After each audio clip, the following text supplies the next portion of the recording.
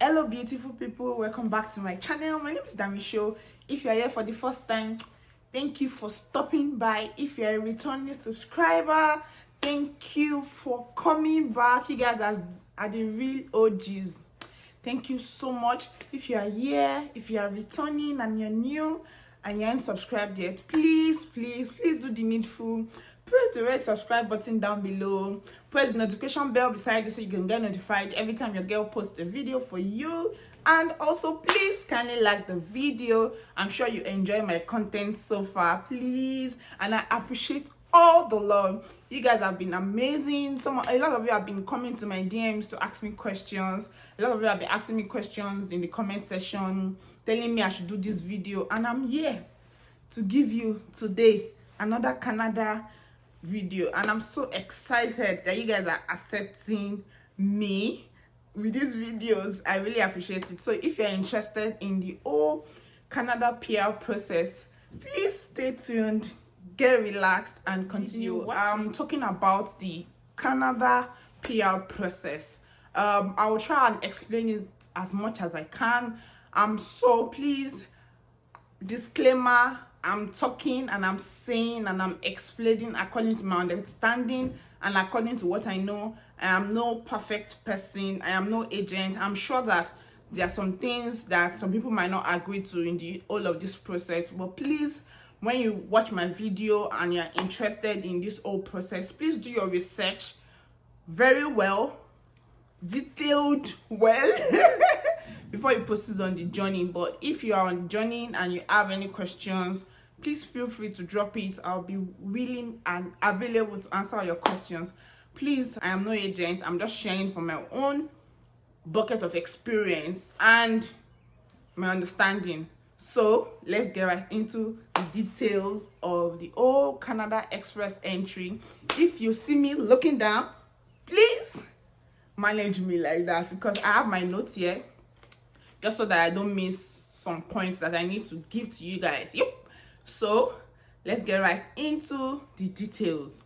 Canada PR process. It's the process to become a permanent resident in Canada. Like, they're not chasing you away, except your case is different. Like, once you're a permanent resident in Canada, you are on a journey to become a citizen. So this is how the citizenship part of PR works. So you have your PR. When you land, you get your PR card, and you are to renew that PR card after 2 years. And after the third year, you are eligible to apply for citizenship. But please have in mind that you for a PR, you are eligible to become a citizen in 3 years out of the 5 years gap. I don't know if you guys get it. So when you become a PR, you have 5 years, yeah? You have 5 years to become a citizen. That means you have to live in Canada, not consecutively, but you have to live in Canada for a period of 3 years. So, for instance, you have your PR, you can go out of the country for like 2 months, come back that way. But you have to live 3 years out of those 5 years to be eligible for citizenship. So that's the pathway to becoming a citizen after PR. So let's get into the real details of why we are here. Basically, Canada is a very loving country. I kid you not. So they are very open to immigration, migration, as you can tell from all these Afghan and them accepting people from all over the world. They are a very liberal country in accepting immigrants to naturalize into their country. So I think there are about 32 pathways to becoming a PR. I'm not sure, is that 32 or 52? I don't know. I don't know them all. I'll just mention a few that I know. The most popular is the FSW. That's the Federal Skilled Worker. There's the Provincial Nomination. There's the Atlantic Immigration Program. There is the Business Route. There's the Investment Route. There is, I think that's 6 already. I know, let's just leave it there. I don't know so much about that. I just have an understanding of 2, which I'm going to break into a more understanding process for you guys. So there are a lot of pathways into coming into Canada. And another thing I need to mention, this whole journey is quote and unquote a self process. What I mean by self process is you can do it by yourself. You don't necessarily need an agent. I mean, you can go for an agent. There's nothing bad if you want to use an agent. You can go for an agent if you don't have the time to go through all the process and if you have the money. But be told, the truth is, even if you use an agent, you still do some things yourself. The agent's not going to do 100% for you. You're still going to do a lot of things yourself. So it's up to you. But there's nothing bad in using an agent. And please, if you are using an agent, please be watchful. There are a lot of fake agents out there. Canada has a list of registered agents that are registered under the country, under the system. So you should go to those ones. You can find them on Instagram, but you can find fake ones on Instagram too. So let's get right into it. So when you're looking at becoming a permanent resident of Canada, the first thing you need to understand is their pool system. So what I mean by pool system is the pool, the express entry pool, is a community of skilled professionals where everybody with the intention of relocating to Canada are in there waiting for the government, most especially the federal government. Sometimes the provinces come every 2 weeks to pick people according to their budget or according to how the system has calculated the cumulative score. Don't forget that everybody in that pool already has a standing. They already know what their cumulative score is. So the government comes in, pick. Let me give you an example. So let's say every 2 weeks the government comes. This week is the 2 weeks. So the government comes with the score of 460 marks or 460, and there are about 2,000 people that have 460 and above.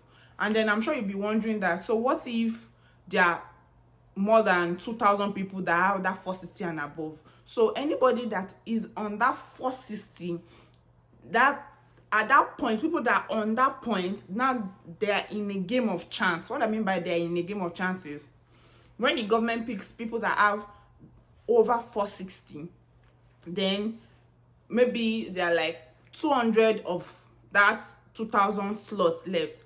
They will give the people on 460 according to how they got into the pool. So at that point, it becomes first come, first serve. That's for the people on that 460. I'm not sure if you guys get it, but if you are following, I'm sure that I'm a good teacher. So that is how the pool works. They come in, pick people, offer them ITA, that's invitation to apply for you to get the PR.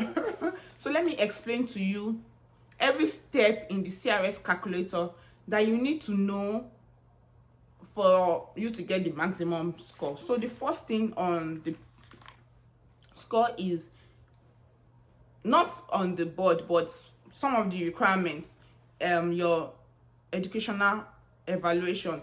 So if you have a master's degree or a professional degree like law, medicine, pharmacy, and some other ones, or maybe pharmacy is not there, but if you have some professional degrees or you have a master's degree, you guys are on the same radar of scores. So that person that has a master or a professional degree has more scores than the person that has just a BSc. And if you have 2 or more degrees, you have more scores. So the person that has BSc and a diploma has more score than someone that has just BSc and nothing, or just BSc and HND. Do you get? So your educational degree is based on your highest qualification or 2 or more degrees. Your IELTS is the English test. There are 4 modules. Your English test, writing, speaking, listening, and reading. So you're supposed to have a cumulative score of 877. So if you have that, like the barest minimum to qualify for the federal skilled worker scheme. So if you have more than that, of course you have more score than people that have just 877. That's that. If you have French, if you know how to speak French and have written the French exam, you have about maximum of 60 marks, I think. I'm not sure, but I think it's about 60 marks you get if you understand French and you have written the French test. Another thing is, if you have a sibling in Canada, I mean sibling, like sibling, either step or whatever, but not cousins. It has to be sibling. And if you have a sibling, you have 15 extra mark in your CRS calculator. If you are single, if you are less than 30, you have better chances than people that are above 30. So this is how it works. If you are 30, imagine like you have calculated your CRS score and you're on 450 and you're 29 years old, and maybe the draw hasn't gotten to 450 yet, and you keep on waiting, and your birthday is your 30th birthday is in 2 weeks time, and they still haven't gotten to your score. By your next birthday, you're losing 5 marks. So by your next birthday, you're already going down to 445. So that's what I mean by, if you are below 30, you have a better chance at the score than if you're above 30. And that doesn't still stop those that are above 30. You can make it, you can do it. Another thing is, if you have job offer. So if you have applied on different websites, you have been applying for jobs, and you get lucky, a company in Canada offers you employment, and they are willing to give you the certification to apply because you have a job, then that's another route you can get in. Another thing we need to consider is if your spouse is coming with you into Canada, or if you are single, that will also determine the level of score. Another thing is, for that your profession, you have to have at least 3 years of work experience. As a professional, as a skilled person that you have to have nothing less than 3 years. So the more years you have, the more score you get in that radar. And another thing that you need to know is that your NOC, there's something called your NOC. Not sure what it is, I'll leave it here. That your job field has to be part of the NOCs in Canada. So if your profession is not under any NOC in Canada, that means you cannot use that profession, you cannot use that experience, you cannot claim marks under it. Basically, that's what that's. Yes, under the CRS calculator, there's also something called the provincial nomination. So provincial nomination, when you're in the pool and the province picks interest in you according to work experience, 600 points if you get that nomination. So it's not adding to whatever score you must have acquired from your age, your sibling, or whatnot. All of that sums up to your CRS score. When the government comes in for the draw, that they come for every 2 weeks, once you have the required score, they'll give you something called the invitation to apply. At this point, that is when you need to do the police report, where you do in Alagbon, Ikoyi. You will do your medicals. There are 2 bodies in Nigeria that is licensed to do the Canada medicals, IOM and Q Life. Another thing, you get references from those work experiences that you have claimed. So if you have worked in 5 companies in the last 10 years, you intend to lay claim for those 10 years work experience, you have to get reference from each and every one of the companies. That's why it's good not to leave a company burning bridges. That's why you need to live in good terms, because you need to go back to them to get reference, except you don't want to claim that experience, which is actually fine if you have 3, 5. You have siblings, that sibling that's giving you 15 marks, you need to get their permanent residence card or citizenship, either one of them, and then birth certificate to show that they have ties to you. You have to get that document from them.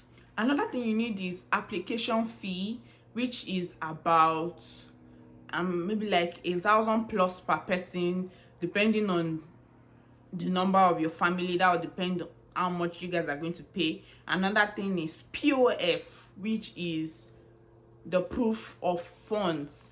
Proof of funds, one person about 13,000 Canadian dollars, two people about 16,000 plus, which is about 8 million naira in today's exchange rate. And you have to show proof that you have this money, and you're going to submit your bank details and a reference letter from your bank that I've owned this account, you're a good standing customer and all that. You get a reference from the bank, submit it in your application, and you have to show proof that this money belongs to you. So for you to show proof that the money belongs to you, that money must have been in your account for nothing less than 3 months before you submit the application.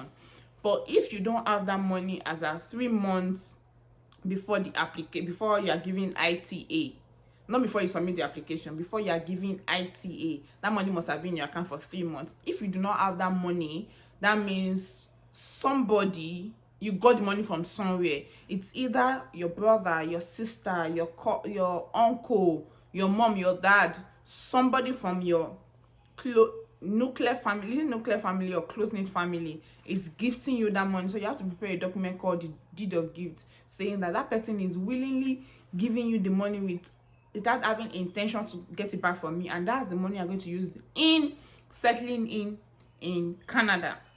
That's the POF, because they expect you to have that POF, so you are able to use it to settle into the system for at least 6 months. That being said, because just in case you do not have a job and you don't have any source of income, that proof of funds is supposed to last you for 6 months. But the way the economy is going now, it's getting so. And that POF also depends on the number of your family. And after you submit all of these, police reports, reference letter, POF, you've paid your application fee, you have submitted your IELTS, you have submitted your ECA, and don't forget that application invitation to apply lasts for just 60 days. So when they give it to you and you accept it, you're supposed to submit your application within 60 days. And when you submit all of that, after like a few weeks, they'll give you biometrics, where you go to the registered security firm or something in the country. You'll get your thumbprint and all of that. You'll get your personal biometrics. And after that, you wait for your PR to come. And the timeline is usually about 6 months. But guys, if you watch my last video, you will know that 6 months na scam. Because people like us, and I'm very sure that there are 1,000,001 of us that have waited more than 6 months. People like us have waited 2 years. I'm sure there are a number of us that waited more than 6 months. So it now depends on how the system is working. COVID is slowing a lot of things down. When you get your PR, what they will send to you is ready for visa mail. So you print out that ready for visa mail amongst every other documents that they will require of you. Send your passport to a visa office, and they would stamp your passport with a visa to enter Canada, and they will give you something called the COPR. And the COPR is your confirmation of permanent residency. It is that visa and the confirmation of your permanent residency that you will bring and use to enter into the country called Canada. And when you get into Canada, the immigration officer would cancel that visa. Oh guys, that's the sweetest part. Let me tell you, they will cancel the visa and tell you that no, before they cancel it, they open your passport, go to the page of the visa, because the visa is a one entry visa, and tell you that at this point you have become, your visa, you no longer require a visa to come into Canada, so we'll be canceling your visa. And you say okay, and they would go ahead and cancel the visa. And after that, oh gosh guys, after that they'll tell you the golden word: welcome to Canada. You are now a permanent resident of Canada, guys. That statement is the golden statement. That statement dissolves all the stress that you have been through on the airplane and all the troubles of the 2 years, 3 years, 5 years, depending on how many years you have been on the journey, that statement dissolves. And like, guys, let me tell you, when they stamp you as PR, when you get to the airport, they will tell you, welcome to Canada. Yeah, when you become a citizen, when they shake you and give you your certificate of citizenship, they'll tell you, welcome home. I think that's what they call it. I think that's what they say. But I can't wait to hear that welcome home in 3 years' time, guys. So that's the process of Canada PR, simply explained. So the difference between this and provincial nomination is just that province will have picked you first, but you still go through this pool and all of that. That's my explanation. I hope you guys get it. I hope you guys followed. I hope I was a good teacher teaching you. I hope you guys enjoyed this video. Please let me know if you have any question. Let me know if you have any video suggestion for me. Drop it in the comment section. I'll be willing and available to attend to you. Thank you for subscribing. Thank you for liking this video. And I'll see you in the next one. Bye.